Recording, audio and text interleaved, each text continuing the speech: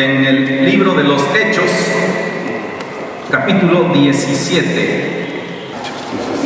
Y ahí vamos a tener la Biblia abierta en Hechos 17. Y quiero agradecer al Señor porque de una manera muy bonita don David nos guió en una sesión de adoración, de alabanza, y la última canción, usted no lo va a creer, pero al final parece ser estuviera basada en el libro de los Hechos, capítulo 17. En esta mañana quisiera que platiquemos acerca de lo que para Dios es una adoración aceptable. La adoración aceptable, según Hechos 17, 23, exige, demanda que Dios sea conocido. Ahí dice que el Señor guió al apóstol San Pablo para caminar entre la gente, versículo 23, pasando, dice, y miró los santuarios y hallé un altar en donde está la inscripción al Dios no conocido, y que sin embargo ustedes lo adoran.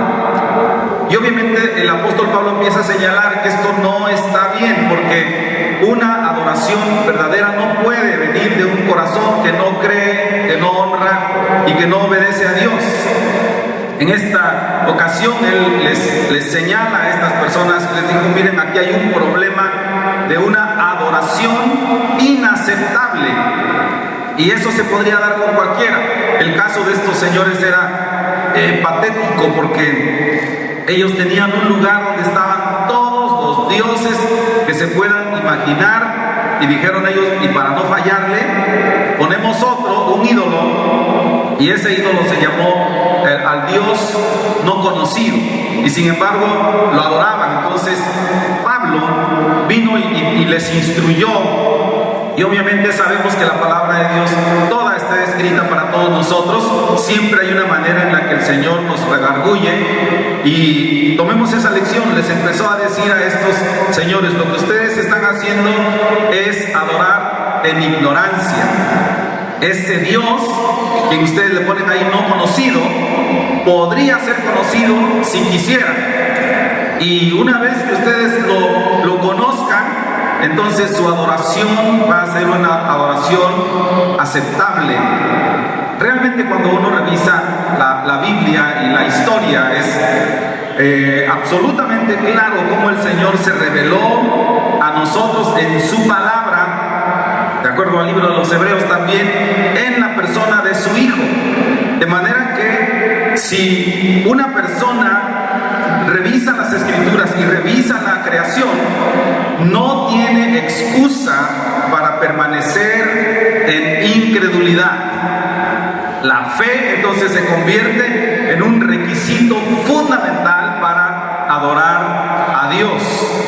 Vaya usted, verá a Hebreos capítulo 11, que me parece que hace 2 o 3 días, más días, nos predicaba el tío Rey, precisamente. Hebreos 11:6 dice: pero sin fe es imposible agradar a Dios, porque es necesario que el que se acerca a Dios crea que le hay y que es galardonador de los que le buscan. Así que básicamente hay 2 cosas aquí que este versículo dice. La primera es que Dios existe, y la segunda es que es posible conocer algo de su naturaleza. Nadie de nosotros podría decir que conoceríamos todo de Dios, pero sí podemos conocer algo de su naturaleza. Entonces, es requisito indispensable que todo aquel que quiere adorar a Dios venga por lo menos con estas 2 cosas en su mente. Número 1, Dios existe, y 2, es posible conocer algo de su naturaleza. Pero hay un problema. El problema es que los escépticos dicen que la religión o los cristianos inventamos a Dios.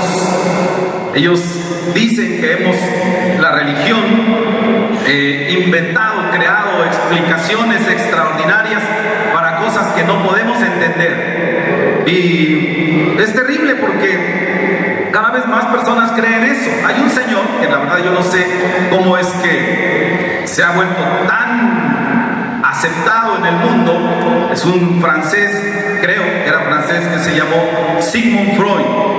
Este hombre dijo que el hombre inventó a Dios. Escribió un libro que se llama El futuro de una ilusión, y les leeré un parrafito tal cual viene en su libro. Dice: debido a la urgente necesidad del hombre por tener seguridad, uno, a los miedos enraizados que tiene, dos, tres, a que vive en un mundo amenazador en donde tiene poco control de las circunstancias. En base a eso, el hombre inventó a Dios para satisfacer sus necesidades psicológicas. El hombre tiene la necesidad de un apoyo invisible. Eso dijo Sigmund Freud. Ahora, este hombre, obviamente es un hombre que no conoce a Dios.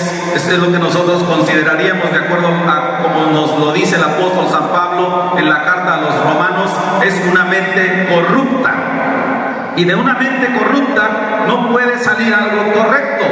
Es insostenible. Ahora, esto es muy interesante. Pero cada vez hay más personas que lo creen, inclusive en las iglesias. Probablemente no como una declaración abierta, pero sus acciones lo dicen. Y nosotros tenemos que aprender esto. Es un principio tan básico, pero se nos olvida tanto aplicarlo en todas las esferas de la vida. ¿Qué pasaría si la filosofía de Sigmund Freud, simplista e ignorante, empezara a permear en toda la sociedad y todo el mundo creyera que Dios es una creación del hombre? ¿Haría eso verdadero el hecho de que el hombre creó a Dios? Obviamente no.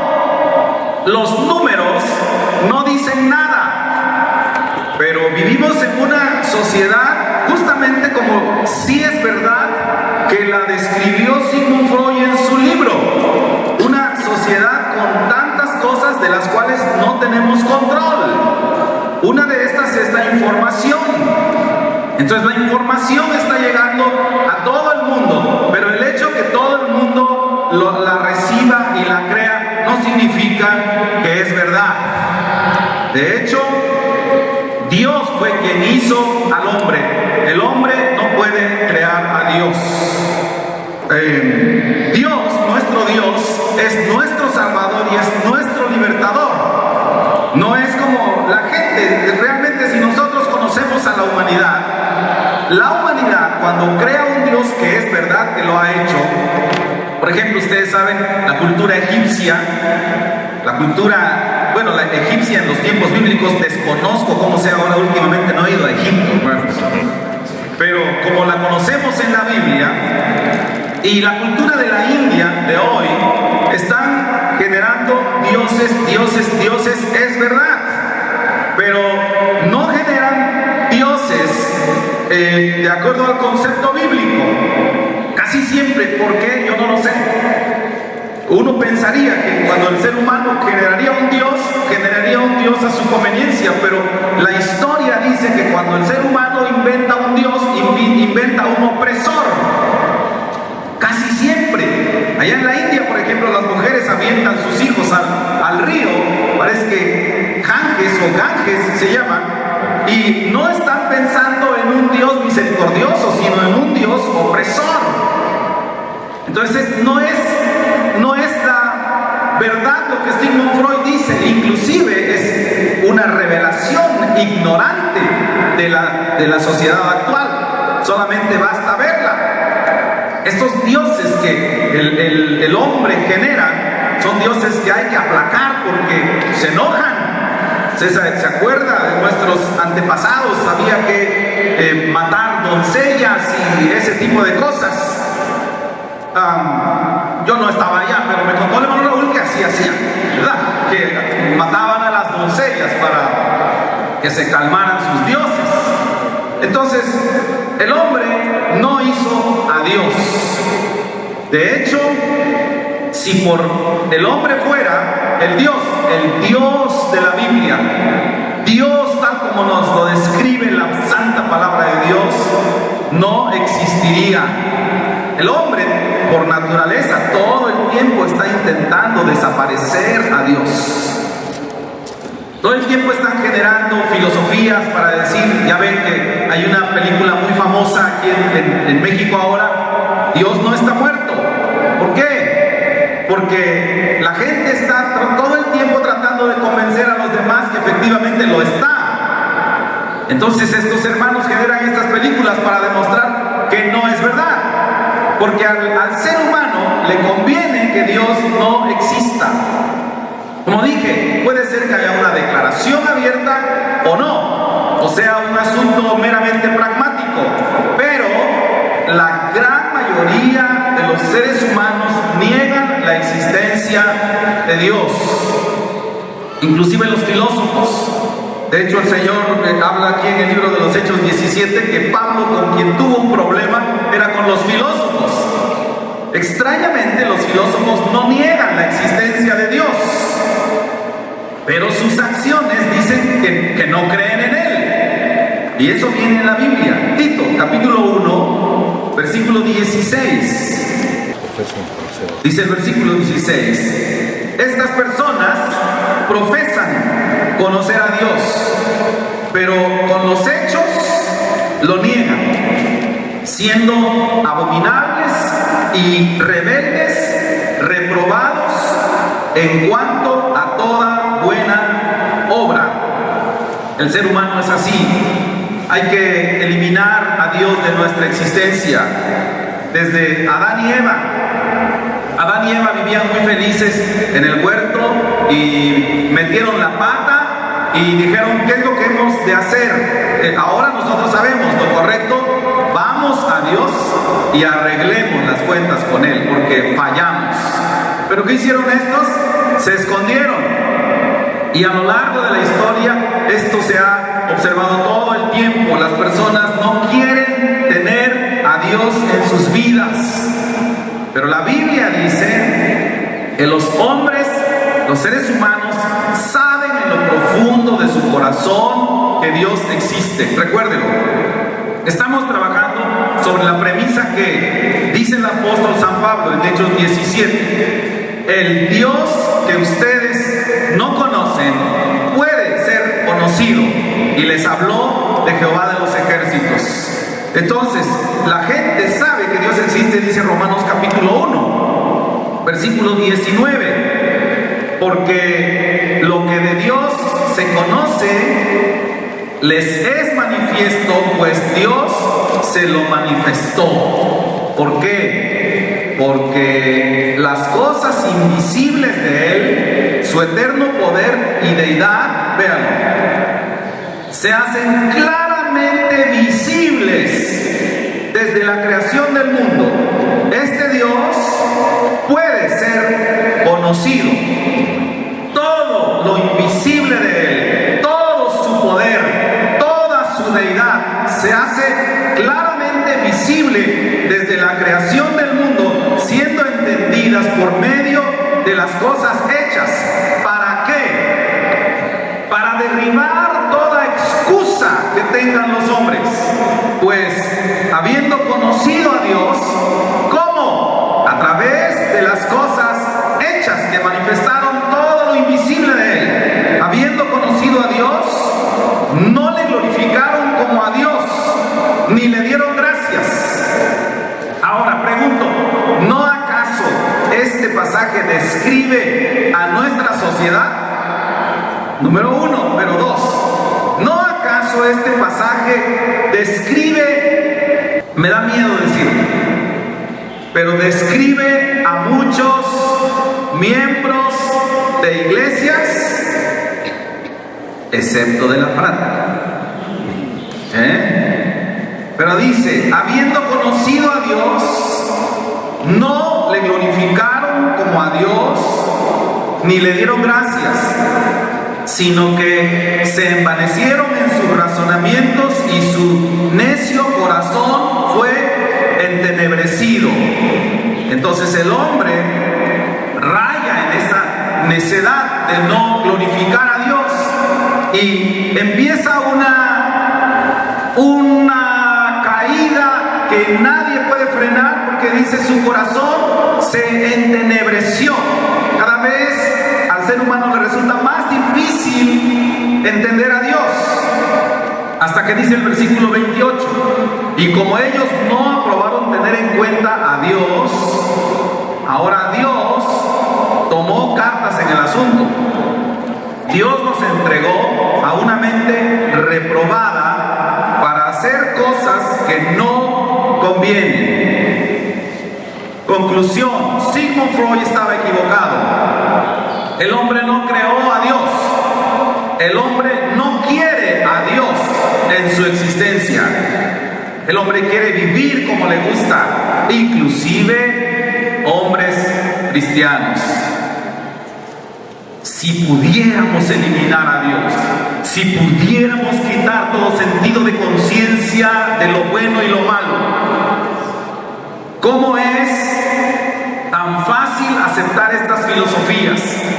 Vive la vida, disfrútala, haz lo que te venga en gana, porque la vida es corta. Depende, porque si habla de la vida en esta tierra es corta, pero la vida del ser humano es eterna para bien o para mal, eterna para estar con Dios o eterna para estar en el infierno. Entonces la vida no es para hacer todo lo que quiera. Qué bonito se ve, ¿verdad? Ya cuando ponen en el Facebook, dicen: vete y baila, ve y grita, ve y ten sexo como quieras, ve y haz todo lo que te venga en gana. Pero dice la Biblia: pero sabe que sobre todas estas cosas te juzgará Dios. Así es, te juzgará Dios. Entonces, decíamos que Hebreos 11 tiene dos cosas interesantes. Uno, que Dios existe. Y dos, que es posible conocer a Dios y algo de su naturaleza. Y entonces las personas piensan: vamos a buscar en la Biblia para encontrar las pruebas de que Dios existe. Déjeme decirle algo: Dios nunca prueba su existencia. Dios presenta su existencia, pero no la prueba. Para que alguien tenga que probar algo, es porque es subalterno de aquel a quien se lo ha de probar. Por eso es que muchos de nosotros fallamos en ese aspecto. Usted no está obligado a estar probando que usted es usted. Usted sabe quién es usted. La Biblia no prueba quién es Dios. La Biblia presenta a Dios. Allá quien lo pueda ver. Salmo 92 dice: antes que naciesen los montes y formaras la tierra y el mundo, desde el siglo y hasta el siglo, tú eres Dios. Esta es una clásica afirmación doctrinal sobre Dios, porque ahí dice que Él es el único Dios. Dice: tú eres Dios. Ahí dice que Dios es eterno. Dice: desde el siglo y hasta el siglo, tú eres Dios. Nos dice que Dios es el creador. Dice: antes que formases la tierra y el mundo, tú eres Dios. Y como vimos en Romanos, Dios presenta su existencia, pero no la prueba. Podemos mirarlo a través de la creación o a través de su palabra. Y nosotros, como hijos de Dios, creemos en Dios. Y cuando creemos en Dios, todo lo demás se acomoda. Así que a mí me dicen que hay una fuerza que sostiene los planetas y yo no la puedo explicar. Ahí me dicen que hay en los núcleos, o que el núcleo tiene que ser que positivos y que yo no lo puedo explicar. el punto es este: yo creo en Dios y todo lo demás se acomoda. Los que no creen en Dios, como no creen en Él, entonces tienen que empezar a buscar justificaciones del por qué las cosas son como ellos creen que son, porque son tontos, porque es más fácil creer en Dios, hay que tener fe y lo demás se resuelve. Y si no tenemos fe, hay que estarle encontrando explicaciones a todo. Y esas explicaciones son tan absurdas que entonces hacen que se requiera más fe para no creer en Dios que para creer en Dios. Fui con mi esposa a ver una película al cine de unos tíos de nosotros, los dinosaurios.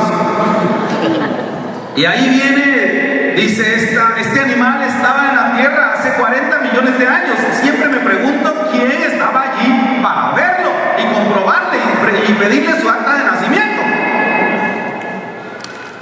Es que lo hicimos con una prueba de carbono 14. Eso, por cierto, era un argumento que utilizaban cuando yo iba a la prepa. Yo creo que hoy ya ni existe eso. Ahora lo probarán con láser, ¿no? Pero le pusieron el carbono 14. Y el carbono 14, que es algo que inventaron hace 3 años, les dijo que ese animal estaba hace 40 millones de años acá. El que no cree en Dios necesita más fe para explicar el mundo que el que cree en Dios. El que cree en Dios, todo se le resuelve. Por eso es que hay un argumento que se llama el argumento teleológico, que tiene que ver con Dios, de una palabra griega, teleos, que significa resultado perfecto. Y eso quiere decir que todas las cosas son tan perfectas como son porque existe un hacedor, un creador. O probémoslo en práctico, dice el argumento teleológico. Agarre usted un reloj y sepárelo en pedacitos, muchos pedacitos, y guárdelo en una caja y muévalo como si lo movieron las erupciones volcánicas del volcán de fuego, ¿no? Y se espera ya, si le da tiempo, 1.000.000 de años. Al 1.000.000 de años, hermanos, todas las piececitas del reloj se juntarán, se irán cada una poniendo en su lugar, y en el año 1.000.001 usted va a oír tic-tac. Ahora usted dice, ¿cara de qué tenemos, pastor, para creer que eso va a pasar? Bueno, Sigmund Freud lo cree. Y lo cree también, que bueno, vamos a hablar de puros muertos, ¿verdad? Carlos Monsiváis también lo creía. Y lo creían muchas personas. Y lo creen algunos maestros de las universidades de ustedes. ¿Quién de nosotros creería que un día estaba un muchacho allá en las sabanas africanas, sentado bajo un árbol, tocando o cantando, y entonces un elefante vino corriendo a él porque lo vio? No se puede estar tan tranquilo frente a un elefante salvaje, y el elefante corrió, pero no le calculó y le pegó al árbol y se murió el elefante encima del muchacho.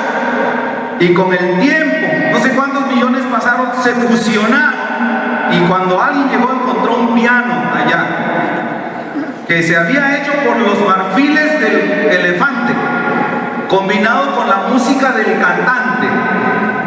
¿Les gustaría conocer ese piano? Eso dice el argumento teleológico. Siempre hay un hacedor, de la palabra resultado perfecto. Teleos. No existe un resultado perfecto si hay ausencia de un hacedor. Dios existe. Dice también la doctrina que hay un argumento denominado argumento estético. Es el argumento que habla de la belleza y la unidad, y que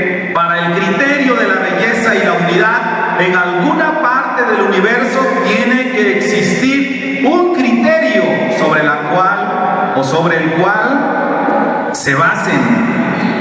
Y podríamos mencionar muchos, por rápido. La doctrina habla de un argumento moral, y el argumento moral habla del bien y el mal. Para que exista el bien y el mal, dice el argumento moral, tiene que existir un criterio absoluto. Si no existen los criterios absolutos, entonces es imposible que alguien de nosotros tenga conciencia del bien y el mal. Por tanto, Dios existe. Salmos capítulo 14, versículo 1, Salmos 53, 1, los dos dicen lo mismo. Dice el necio en su corazón, no hay Dios. Necio tendrá como una acepción natural, tonto. Es decir, si volteamos las cosas diríamos, quien dice que Dios no existe es un tonto. Pero no solamente hace falta saber que Dios existe, tendríamos que conocerlo de una manera más profunda. De hecho, algunos han dicho, yo no estoy seguro, pero algunos han dicho que Alberto Einstein fue cristiano porque él reconocía la existencia de Dios. Pero reconocer la existencia de Dios no lo es todo. Desde este contexto en el que estamos hablando, probablemente sonaría bastante aceptable si creemos, alguien dice que cree que existe Dios, pero Santiago dice que no, porque Santiago dice, los demonios también conocen la existencia de Dios, y añade un elemento, los demonios tiemblan ante el conocimiento de Dios. Entonces Alberto Einstein escribió en uno de sus libros que creía él que Dios era una fuente de corriente eléctrica de alta potencia que un día se liberó y de eso resultó el universo. Ahora yo le pregunto, ¿le suena como el argumento de un cristiano? No, Alberto Einstein no era cristiano. ¿Y qué tiene que ver eso? Eso lo comento por lo siguiente. Usted no puede creer en Dios de acuerdo a su criterio personal. Estoy encontrando esto cada vez más en universitarios. Yo creo en Dios a mi manera. Decimos, la Biblia dice que usted no puede, por ejemplo, Proverbios habla de los alcoholes, ¿no? Y ay Dios, es que el convite ayer estaba muy bueno. Y cuando van pasando lo del convite, van regalando alcohol. Entonces dice, ay, veo que todos están bien felices. Entonces, yo creo en Dios y lo respeto mucho, pero yo no creo que el Señor esté en contra de todas las expresiones culturales. Por tanto, una no es ninguna. Ándele pues. Porque yo creo en Dios según mi propia percepción. Pero la Biblia enseña claramente, el vino no es para los reyes. No es de los reyes o Lemuel, no es para ti, dice el libro de los Proverbios. El vino es para los apocados, para los miserables, para los pobres de espíritu, para los que no tienen conciencia, para los que precisamente no tienen motivos de alegría. Denle 2, 3 para que ¡ah! ¿Verdad? Dice el creyente común, una persona que no conoce realmente las Escrituras, yo creo en Dios de acuerdo a mi propia percepción personal. Yo no creo que Dios esté enojado que yo, joven soltero, tenga 20 novias. Porque hay que probar antes de estacionarse. Entonces voy a probar por todos lados y luego ya finalmente cuando tenga 50 decido. ¿Con quién me quedo? Yo percibo a Dios como yo quiero. Yo no estoy de acuerdo con esas cadenas malignas, diabólicas, satánicas que han inventado allá en la frater, que los que se han casado se tienen que quedar juntos hasta la muerte. Yo no creo en eso. Yo creo que ante una pequeña desavenencia más vale una buena separación que estar juntos peleando toda la vida, y mejor vamos a dejarle ahí muere. ¿Cómo ven, hermanos? Yo tengo una relación con Dios conforme a mi propia percepción. Yo no creo que tengo que venir a la iglesia siempre. Yo vengo cuando tengo ganas. Cuando me nace, vengo. Porque no quiero ser hipócrita, estar cuando no tengo ganas, y estar ahí alzando las manos y alabando cuando no tengo ganas. Yo a Dios le digo, no tengo ganas y no tengo ganas, punto. Dios tiene que sujetarse a mi percepción que yo tengo de Él. Ve que no les está gustando nadita. Hay una estructura que el Señor ha establecido en su palabra. Así que si nosotros decimos que adoramos a Dios, o que le servimos, o que lo concebimos de acuerdo a lo que nosotros pensamos, es una locura. Hay una revelación de Dios en las Escrituras. Dios, dice la Biblia, es una persona. De hecho, nosotros tenemos intelecto, emociones y voluntad. Nosotros, ¿de dónde? Que dice la Escritura que nosotros fuimos creados a la imagen de Dios. Así que dice la Biblia que Dios es nuestro Padre, es una persona, que Dios es, dice en el libro de los Salmos, nuestro pastor. Dios nos cuida, Dios es nuestro hermano, nuestro amigo, dice San Juan, nuestro consejero, dice Isaías. Este Dios al que adoramos puede ser conocido. De hecho, para que sea otra vez la premisa se llama, sobre la que nace esta plática, es una adoración aceptable. Demanda que el objeto de la adoración sea conocido. ¿Cómo concibe usted a Dios? Dios es espíritu. Juan capítulo 4, versículo 24, de hecho dice, Dios es, así tal cual, espíritu. Y si usted lo adora, los que le adoran, es necesario que lo adoren en espíritu y verdad. No hay ninguna imagen física que nos pueda representar a Dios. No hay ningún concepto teológico que pueda envolver a Dios. El maestro de teología, Mullins, generó la definición más completa que dice que existe de Dios. Nos la aprendimos de memoria en el seminario, pero ya la olvidé. Es larguísima. Parece que empieza: Dios es el supremo espíritu personal perfecto en todos sus atributos, quien es la fuente, el origen y el sostén del universo, quien mora en todas las cosas mediante su santo espíritu. Dije, tantas palabras revela que no pueden explicar a Dios, ¿o no? Porque tenían que poner más, porque si no ponían una cosa, no estaban incluyendo algo de lo que realmente dice la Biblia que es Dios. Es larguísima. No hay imagen ni concepto teológico que pueda describir a Dios. Isaías capítulo 40, versículo 18, es por eso que dice así: ¿a qué pues haréis semejante a Dios? ¿O qué imagen le compondréis? El artífice prepara la imagen de talla, el platero la extiende, le extiende el oro y le funde cadenas de plata.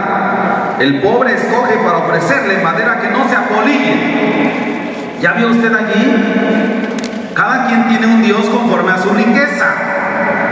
Los pobres de madera, los ricos de oro, los medios ricos de plata. Eso dice ahí. Se busca un maestro sabio que le haga una imagen de talla que no se mueva. 25, versículo 25. ¿A qué pues haréis semejante o me compararéis? Dice el santo. Levanten sus ojos y miren quién creó estas cosas. Él saca y cuenta su ejército, a todas las llama por sus nombres, ninguna faltará. Tal es la grandeza de su fuerza y el poder de su dominio. No, conclusión, no es posible representar a Dios o a qué imagen es posible, con qué imagen es posible comparar a Dios. No hay pieza de madera, por fina que parezca, que alcance para contener la grandeza de Dios. Así que cuando Isaías habla de esto, habla que es una tontería querer hacer eso. Sin embargo, si la Biblia habla, tenemos que conocer a Dios, y de repente habla de términos como de hombre, pero estos son para que nosotros podamos comprender más a Dios, o un poquito más. Decíamos, Hebreos 11 dice que se puede conocer algo de su naturaleza. El libro del Éxodo, usted se acuerda, capítulo 33 y 34, registra una historia de Moisés, cuando Moisés le dijo al Señor: quiero ver tu gloria. ¿Y qué le dijo el Señor? No, porque no hay hombre que haya visto a Dios y viva. No hay. Entonces no es posible. Números capítulo 23, 19 dice: Dios no es hombre para que mienta, ni hijo de hombre para que se arrepienta. Él dijo y no hará, habló y no lo ejecutará. Cuando habla aquí que es como un hombre, es lo que en doctrina se conoce como antropomorfismos. Son figuras que simplemente nos dan una idea del contexto de lo que se está hablando, pero no quiere decir que Dios sea hombre. El libro de los Salmos habla de las alas de Dios, pero no quiere decir que sea un pájaro. Primera Timoteo capítulo 1, versículo 17 dice que Dios es invisible. Dios es espíritu. Juan capítulo 1 versículo 18, Juan 1:18 dice: a Dios nadie lo ha visto jamás. Hay que conocer a Dios. Dios es uno. Deuteronomio 6 dice esto: oye Israel, Jehová nuestro Dios, Jehová uno es. Esto es para los judíos, era fundamental, porque recordamos que los judíos habían sido llevados cautivos a Egipto, y allí la sociedad era una sociedad politeísta, había cantidad de dioses, así que el hecho de que tenían un Dios era un distintivo para los judíos. ¿Qué tan importante fue que dice el Evangelio de San Marcos que una vez vinieron con el Señor Jesús y le preguntaron: ¿cuál es el mandamiento más importante? Y él respondió: el primer mandamiento de todos es este: oye Israel, el Señor nuestro Dios, el Señor uno es. Generalmente nosotros pensamos en que amarás al Señor tu Dios, pero vean cómo en este caso la respuesta del Señor fue: lo primero que quiero que entiendan es que solamente hay un Dios. Luego también la Biblia, el tiempo corre muy rápido, pero también la Biblia nos habla de Dios en tres personas. ¿Cómo es posible que si hay un Dios, porque acabamos de leerlo, que es un Dios, cómo es que Dios el Padre es Dios, Dios el Espíritu es Dios, y Dios el Señor Jesús es Dios? Eso se denomina la Trinidad. Habría que tomar alguna ocasión una sesión de estudio bíblico completa para hablar de la Trinidad, y le aseguro que terminando no la entenderíamos. Por lo pronto dice el comentario bíblico del libro del Génesis, qué interesante que dice que ahí en el Génesis 1, en el principio creó Dios. La palabra hebrea es Elohim, que dice este libro, es una palabra que está en plural, y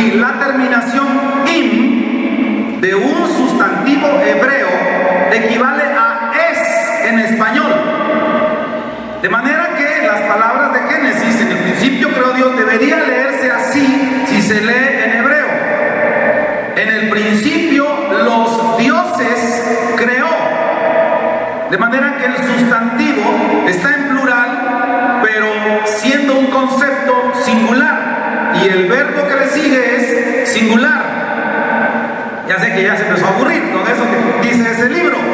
Pero si usted luego escucha el cassette, ya no existen los cassettes, el YouTube, la grabación lo va a captar. O si no, búsquelo en un comentario. Qué interesante. En el concepto de Dios está la Trinidad, aunque nosotros no la podamos comprender. Y el idioma que nosotros hablamos, obviamente, no se adecua. Porque no suena, ¿verdad? En el principio los dioses creó. Pero empezamos a leer la Biblia, número 6, se los leo. Como siempre el Señor utilizaba estas tres personas. 6:24, números 6:24. Jehová te bendiga y te guarde. 1. Jehová haga resplandecer su rostro sobre ti y tenga de ti misericordia. 2. Jehová alce sobre ti su rostro y ponga en ti paz. 3. Una clara sugerencia de la Trinidad. Mateo capítulo 3 habla del bautismo del Señor, habla del descenso de una paloma, que habla del Espíritu Santo, y habla de una voz en el cielo que dice: este es mi Hijo amado, en el cual tengo complacencia. Dios el Padre, la Trinidad. Juan 14, yo le voy a rogar al Padre, está hablando Jesús, yo le voy a rogar al Padre y Él les dará otro consolador para que esté con vosotros para siempre. ¿Quién será? El Espíritu de verdad, al cual el mundo no puede percibir porque no lo ve. Mateo capítulo 28 dijo el Señor: cuando bauticen, lo van a hacer en el nombre del Padre y del Hijo y del Espíritu Santo. La Trinidad. Les digo una cosa, yo no puedo explicar la Trinidad, pero creo en la Trinidad. Creo en el Espíritu Santo. Podemos encontrar alguna explicación teológica y eso, pero eso que les decía, pues viene en los libros. Y probablemente a nosotros nos resulte difícil descifrarlo, pero creo en Dios. Le adoramos a Él porque Él es Dios. Algunos predicadores han tratado de enseñar la doctrina de la Trinidad diciendo: es como un huevo, es cáscara, clara y yema. Otros dicen que es como el agua en sus tres formas: hielo, líquido y vapor.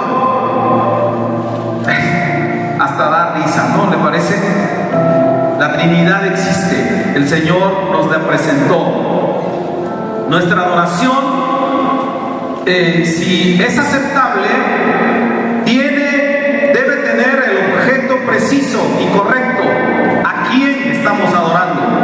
¿Bajo qué términos lo estamos adorando? Alzamos nuestras manos, hacemos sacrificios de alabanza. Hermanos, cada vez que la Biblia habla de alabar al Señor, usted y yo deberíamos tener la conciencia de eso. Él es Dios y merece todo. Usted no vino aquí a la iglesia, o no lo sé, no vino acá para recibir su certificado de pureza, que usted nunca pensó nada malo, nunca hizo nada malo, porque entonces las personas dicen: yo no voy a levantar mis manos porque soy un hipócrita, me siento mal. Que levanten las manos los que están bien, los que están limpios. Correcto. Dejen de hacer un ejercicio. Por favor, levanten las manos los que están limpios de pecado. Por favor, levanten las manos. Usted no puede venir a adorar al Señor en sus términos. Lo que tiene que hacer es arreglar sus cuentas con Dios. El enemigo está siempre tratando de presentar zancadilla para que usted venga a la iglesia todo amilanado. Tiene que venir delante del Señor y ponerse a cuentas. entonces el Señor hará la obra en su vida. Venimos por eso, no un día, venimos domingo, porque el mundo es como caminar en un terreno de polvo y usted con sus zapatos boleados, en menos de 10 minutos ya está sucio. Y por eso venimos continuamente a la iglesia, a empaparnos de la palabra de Dios, que la palabra de Dios es como agua que viene a nuestras vidas y nos quita todo lo malo. Y el Señor nos purifica y vamos, ¿a dónde vamos a ir ahorita? Otra vez al mundo. Juan capítulo 17. Señor, ¿cómo quisiera que los quites del mundo para que ya no se manchen? ¿Cómo quisiera que ya ellos no vuelvan a convivir con nadie que los provoque a ira? ¿Dice eso Juan 17? No. Señor, estos están en el mundo, yo no estoy en el mundo ya, pero ellos están en el mundo. A los que están ahí en el mundo, guárdalos, por favor, guárdalos, ayúdalos, que sean uno, que se encuentren, que se perdonen, como hablaba Tío Rey al empezar. Si hubo un desacuerdo, encuéntrese otra vez, ayúdalos, porque todos los días están en el mundo batallando, todo el tiempo. Pero yo requiero que cuando vengan a la iglesia, dice el Señor, se concentren en mí. Esta fue la oración sumo sacerdotal de Juan 17, hablando para la iglesia. Adorar a Dios. Y nuestra adoración es directamente a Él, el único Dios, no hay nadie. Por eso le pedí a David que vinieran sus muchachos a cantar la canción. Vamos a ver, David, si nos guía en esta canción y después Tío Rey va a subir a cerrar en oración. Cantemos todos juntos, hermanos, esta canción. Pongámonos de pie, por favor.